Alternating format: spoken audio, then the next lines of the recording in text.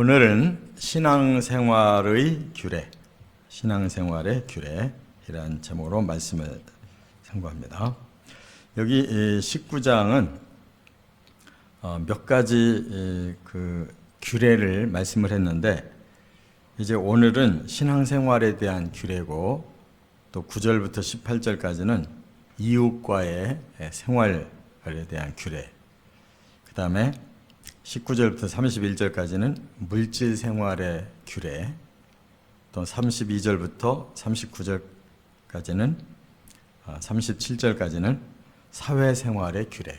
이렇게 우리들이 이제 영적으로는 신앙생활하고, 또 우리의 정신적인 삶은 먼저 가까운 이웃과의 관계, 그 다음에 멀리는 크게는 사회와의 관계, 그 다음에 또 사람은 육을 가지고 있기 때문에 물질 관계를 잘 해야 된다는 거예요. 그래서 하나님이 이렇게 창조해서 주신 물질 세계를 어떻게 다뤄야 되는가, 그것까지 말씀을 했어요. 그렇기 때문에 이 레위기 19장 말씀은 그냥 종합적으로 우리 사람은 하나님께 대하여는, 또 이웃에 대해서는, 또 사회 전반에 대해서는, 또 물질에 대해서는 어떻게 살아야 되느냐, 아주 실질적인 그런 원칙을 말씀을 하셨어요. 근데 이제 그 중에 제일 먼저 우선순위가 되는 것이 하나님과의 관계. 이것이 이제 신앙생활인데, 신앙생활을 어떻게 해야 되느냐, 이제 그걸 말씀하고 있어요. 그래서 이것이 가장 중요한 문제예요. 우리의 영이 바로 서야 또 우리의 지정의도 바르게, 우리의 몸도 바르게 살 수가 있어요. 이 모든 원리를 여기 19장에서 다 말씀했는데, 이 규례라고 하면 어떤 법칙을, 정해진 법칙을 말씀하기 때문에 딱딱한데, 우리나라도 헌법이라든지 여러 가지 법이 있잖아요. 굉장히 딱딱해요. 일부러 또 어려운 단어를 써가지고 사람들이 알아듣지도 못하게 만들어 놨는데, 성경은 그래도 가만히 읽어보면 정말 필요한 그런 원리를 주시기 때문에 일반 사회법보다는 훨씬 나아요. 일반 사회법은 지식인들만 알아듣는 어려운 단어로만 골라서 써놔가지고 일반 서민들은 무슨 뜻인지 알 수가 없는데, 성경은 우리가 개역 개정 쓰지만 이것도 고어체가 많아가지고 어려워요. 그래서 쉬운 성경이 많아요. 그런 걸로 읽어보면 그래도 금방 무슨 뜻인가를 교훈을 하고 계시기 때문에 우리가 잘 깨닫고 하나님이 주신 이 규례대로 사는 것이 최상의 삶이다, 그 말입니다.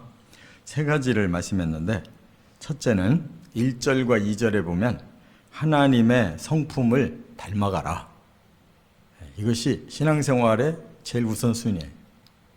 2절 여기 보니까 너는 이스라엘 자손의 온 회중에게 말하여 이르라. 너희는 거룩하라. 이는 나 여호와 너희 하나님이 거룩함이니라. 그랬어요. 하나님 자신이 거룩하시고, 또 하나님 믿는 하나님의 사람들도 거룩해야 된다, 이렇게 말씀했어요. 그러니까 우리들의 신앙생활은 우리 입장에서 우리 중심으로 하면 절대 안 되는 거예요. 하나님 입장에서 하나님 중심으로 신앙생활을 해야 하나님이 가장 주고 싶은 것이 거룩한 마음이에요. 이 세상은 전혀 반대, 더러운 세상에 이 죄성이 이 땅에는 가득하다, 그 말이에요. 그래서 처음 사람 아담부터 내려온 그 죄성이 우리 각 사람에게 그대로 유전되고 있어요. 그래서 우리는 의롭게 살아야 되는데 불의하게 살고, 선하게 살아야 되는데 악하게 살고, 거룩하게 살아야 되는데 더럽게 산단 말이에요. 그래서 하나님이 우리를 구원하는 것이 무엇이냐 하면 바로 그 더러움을 버리는 거예요. 악한 걸 버리는 거고 또 불의한 걸 버리는 거예요. 그래서 사람이 하나님의 성품을 담는 거룩함이 있고 또 다른 사람에게도 유익을 주며 함께 살아가려고 하는 선한 삶을 행하고 또 하나님이 주신 이 법을 어기지 않는 삶을 살아야 된다 그 말이에요. 그런데 이제 그 중에서도 의와 또 선과 거룩 이 세 가지 단어가 중요한데 그 중에서도 우선순위가 거룩이에요. 우선 하나님을 만났으면 하나님의 성품을 우리가 닮아가야지 그게 안 되면 의도 선도 불가능한 거예요. 그래서 제일 먼저 하나님이 원하시는 것은 거룩인데 그럼 거룩이 무슨 말이냐? 거룩은 이 원어가 카도시라고 그래요. 카도시라는 말은 세 가지의 의미가 있어요. 하나님 자신이 신성을 가지고 계시다. 신으로서의 성품을 가지고 계시다. 이걸 거룩이라고 표현하는 거고 이것을 사람들의 입장에서 받아들일 때는 성결이라고 그래요. 성결은 성스러울 성자에 깨끗할 결. 그러니까 우리 마음이 더러웠었는데 하나님의 이 신성을 닮으면 깨끗해진단 말이에요. 죄성이 없어진단 말이에요. 그 다음에 이것을 이제 이 사회에 사람들에게 적용할 때는 그걸 보고 성별이라고 그래요. 성별. 신성함과 더러움이 구별돼야 된다는 거예요. 그래서 하나님의 공동체는 이 사회의 악한 공동체와는 다르게 구별이 돼야 된다는 거예요. 그것이 신앙생활인 거예요. 그래서 우리가 우리 사람들은 자기 몸에 대해서는 굉장히 사랑하잖아요. 그러면 잠자고 나면 제일 먼저 몸부터 씻잖아요. 그리고 밖에 나가려면 몸부터 단장을 하고 나가잖아요. 근데 사실은 하나님 앞에 나갈 때 제일 먼저 영을 씻어야 될 거 아니에요. 영이 단장이 돼야 될 거 아니에요. 그런데 신앙생활은 그냥 자기 마음속에서 한다고 생각하기 때문에 별로 치장이 없어요. 사람 보는 것만 치장하려고 그러지. 그런데 사람은 바로 눈에 보이지만 하나님은 눈에 안 보여서 그렇지 하나님이 더 뚫어지게 우리를 보고 계시는데 우리의 영혼을 보고 계시는데 그거 해결 안 하고 신앙생활을 계속 하려고 그러면 외식하는 신앙생활밖에 할 수가 없어요. 그래서 바로 예수님 시대에 그 외식하는 대표들이 종교 지도자들이 바리새인, 사두개인, 서기관들이 겉은 굉장히 종교성이 훌륭한 것 같은데 속마음들이 하나도 안 바뀐 거예요. 하나님에 대한 거룩을 담지를 않고 그리고 겉만 성직자다운 그냥 폼 있는 옷을 입고 사람들한테 인사나 받고 존경심이나 얻으려고 하다 보니까 예수님의 영적 눈으로 보면 그 사람들이 제일 더러운 사람들이에요. 그래서 하나님 앞에 너희들은 반드시 화를 당할 거다 이렇게 말씀한 것처럼 우리의 영이 제일 중요한데 어떻게 해야 그러면 거룩할 수가 있느냐. 성경에서는 빌립보서 2장 5절에 보면 예수님의 마음을 품기만 하면 된다는 거예요. 왜냐하면 예수님이 하나님이셔요. 그래서 보이는 하나님으로 우리 앞에 오셨고 그 하나님이 우리에게 진리를 말씀을 해주시고 하나님의 성령을 부어주셨으면 바로 우리는 보이지 않는 저 하늘에 계시는 멀리 계시는 하나님을 자꾸 닮으려고 하니까 마음이 안 와닿는데 예수를 본받으려고 하면 금방 닮아가는 거예요. 그러면 예수는 어떻게 그렇게 거룩하시냐를 이 빌립보서 2장 5절에 뭐라고 말씀하고 있냐면 하나님과 근본적으로 동일하신 분인데 하나님의 명령을 받고 자기를 다 비웠대요. 자기의 자신을 다 내려놨다. 어느 정도 하나님의 뜻은 사람의 죄값을 대신 지고 죽으라고 보내셨기 때문에 죽기까지 복종했다 그랬어요. 그러니까 우리가 거룩하려고 하면 하나님 도대체 어떤 게 거룩입니까? 제가 닮을게요. 필요 없어요. 우리의 더러운 걸 버리면 저절로 거룩해지는 거예요. 우리가 정말 나를 죽이고 하나님 뜻에 복종하겠습니다만 하면 저절로 되는 거예요. 내 자아가 살아서 막 그냥 역사를 하고 내가 죽지를 못해가지고 자꾸 내 의지가 살아나니까 거룩이 안 생기는 거예요. 그래서 우리는 너무 어렵게 생각할 필요가 없어요. 예수님만 본받으면 되는 거예요. 복음서의 예수님의 생애와 그리고 신약 성경에 풀어주신 그 복음, 그리고 성령이 우리 마음에 깨닫게 해주시는 대로만 그때그때 내 자아를 누르고 주님의 뜻에 순종해 나가기만 하면 저절로 거룩함이 생긴다 그 말이에요. 두 번째, 또 신앙생활 어떻게 해야 잘할 수 있느냐? 하나님의 마음을 닮아가는 것도 중요한데 우리의 삶에 행동이 나타나야 되거든요. 그 어떤 행동이냐? 3, 4절에 보니까 하나님의 계명에 순종하라는 거예요. 계명에 순종하래요. 그래서 여기에 네 가지를 말씀하고 있는데 먼저 이 3절에 보면 부모를 경외해라 그랬어요. 제일 가깝게 네가 행동으로 보여야 될 게 네 부모야. 하나님의 대리자야. 하나님이 너희 부모를 통해서 낳았어.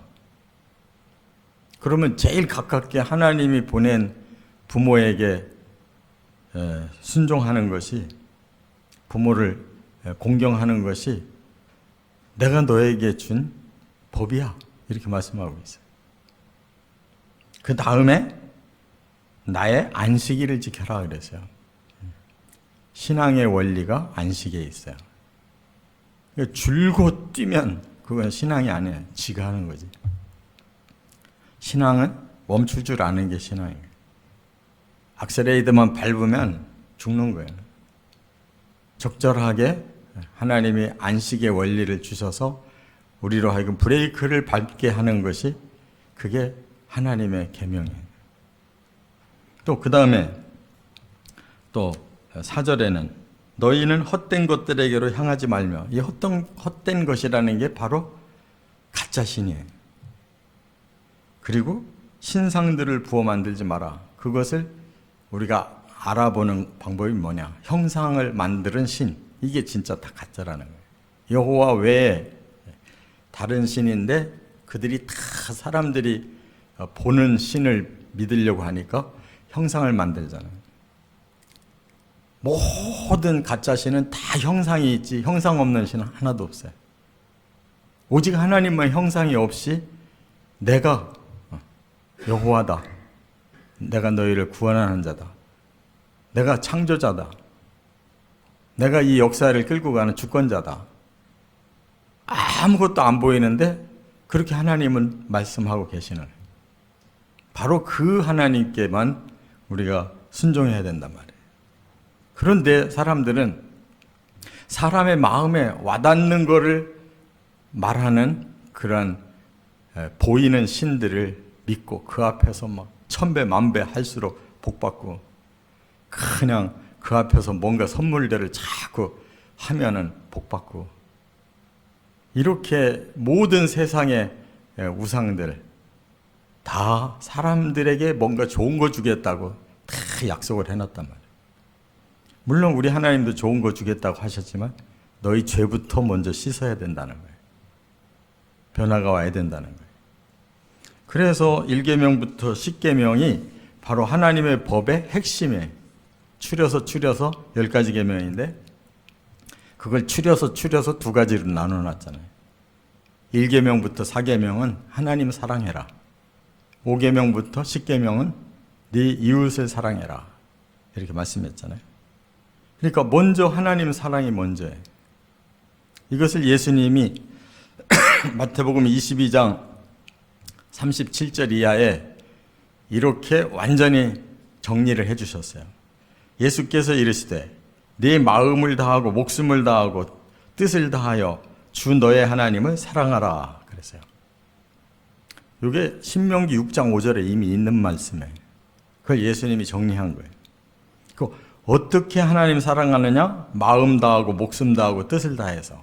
이 말은 마음은 너의 지정의, 목숨은 네 몸, 네 몸의 목숨, 뜻은 바로 하나님의 영. 이 세 가지를 다 하나님 중심으로 바꿔야 된다는 거예요. 우리 지정의도 우리 이 몸뚱아리도 하나님의 그 성령의 뜻 앞에 다 그대로 실행하는 것이 하나님 사랑하는 것이다. 그 다음에 이것이 크고 첫째 되는 계명이요 둘째도 그와 같으니 하고 내 이웃을 네 자신같이 사랑하라. 이것도 레위기 19장 8절에 이미 있는 말씀이에요.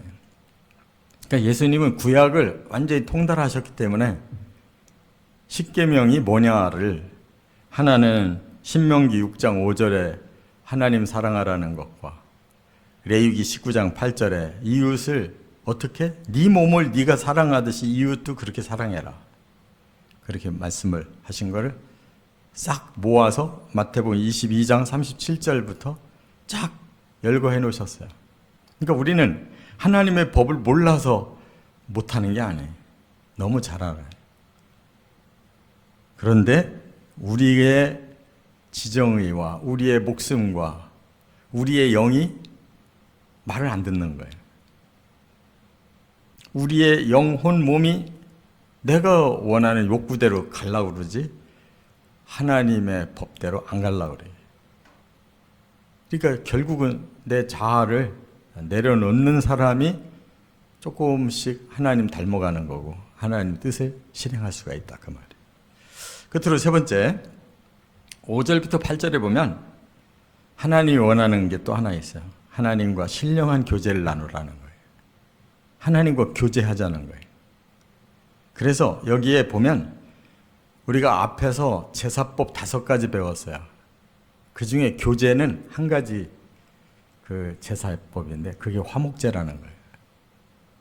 오늘 본문에 뭐를 말씀했느냐. 너희가 화목제를 드린 다음에 화목제물은 불에 태우질 않고 그 기름기와 이런 내장 같은 것만 태우고 이 짐승의 그 살을 제사를 끝내고 나면 제사장과 그 당사자와 또 그 이웃 사람들과 함께 성찬을 나누게 돼 있어요. 성찬을. 그래서 하나님과 또 제사장들과 또 모든 사람들과 함께 이러한 우리가 구원도 받고 이렇게 하나님 앞에 사랑받는 이러한 성도가 된 것을 기뻐하면서 이 성찬을 나누라고 그랬는데 이것이 제물이 3일까지 가는 경우가 있어요. 3일까지. 왜냐? 사람들이 그걸 남겨놨다가 나중에 내가 먹어야 되겠다. 음식으로 먹어야겠다. 성찬과 음식은 다른 거예요. 말하자면 이 사람들은 화목제를 끝내고 나서 그 성찬 예식을 하는 것으로 끝내질 않고 고기를 남겨가지고 나중에 싸들고 가서 먹어야 되겠다. 그러면 이미 하나님과의 교제는 끝났다. 그러니 너희들은 이틀까지만 그 성찬을 나누고 제3일에 고기가 남았거든. 그는 바로 화재로 불태워버려라.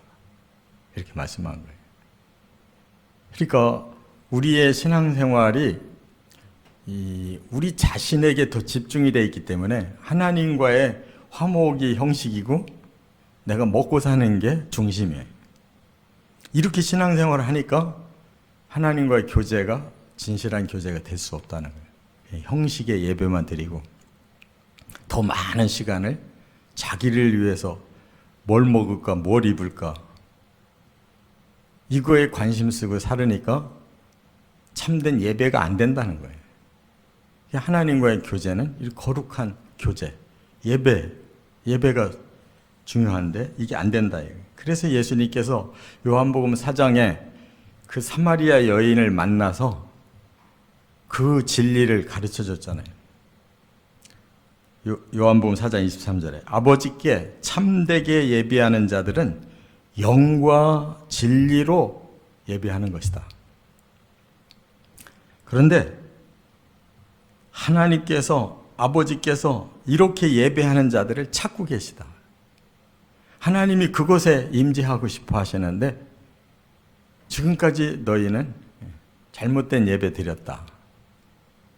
하나님이 참 예배를 받고 싶으셔서 그런 자들을 찾고 지금 계시다. 그래서 그렇다면 우리가 어떻게 해야 하나님 만나냐? 바로 진리가 있어야 만나고 하나님의 성령이 있어야 만난다. 그거예요. 그래서 진리의 앞에, 성령 앞에 우리는 예배로 나아가야만 하나님이 찾으시는 그 예배를 바로 통해서 우리가 하나님을 만나는 것이다. 이런 신령한 교제가 필요한데 그냥 예배가 형식이 되고 우리의 먹는 일이 주체가 되다 보니까 그냥 하나님은 항상 겉다리로. 그래서 성경에 보면 너희들의 재물에 내가 신물이 난다. 뭐 뻑적지근하게 막 그냥 짐승을 잡아 바치고 막 화목제로 그냥 연기를 피워 올리면은 다 내가 그냥 그거 받고 흠양하고 기뻐할 줄 아는데 이제 신물 난다. 너희의 그런 형식적인 제사 더 이상 받지 않겠다. 그래서 지금 영과 진리로 예수님은 구약 성경의 핵심을 아시고 앞으로 영과 진리로 예배하는 때가 올 것이다.